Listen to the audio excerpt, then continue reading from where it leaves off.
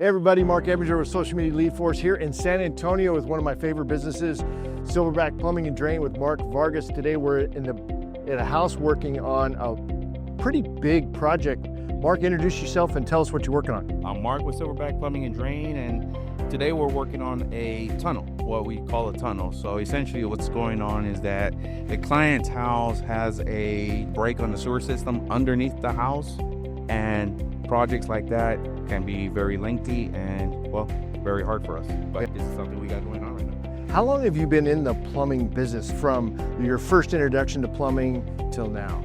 I've been in the plumbing industry for 18 years now. So you bring a lot of expertise to a job like this because things can happen, right? It's not maybe what you expected, or where do you start? How do you define success? Those kinds of things.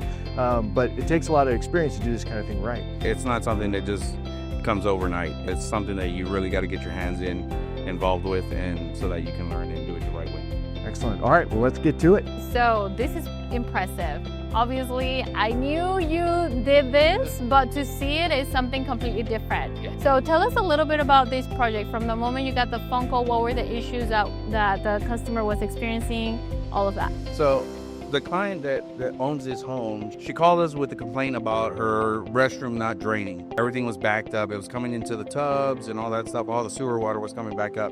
So David here, he came out here. He was assigned to the call, and he attempted to clear the stoppage so that we can get restorative drainage and all that stuff, and it wasn't working. The cable wasn't able to break through the blockage. So what he wound up doing then was running a camera so that we can locate exactly where this problem is at.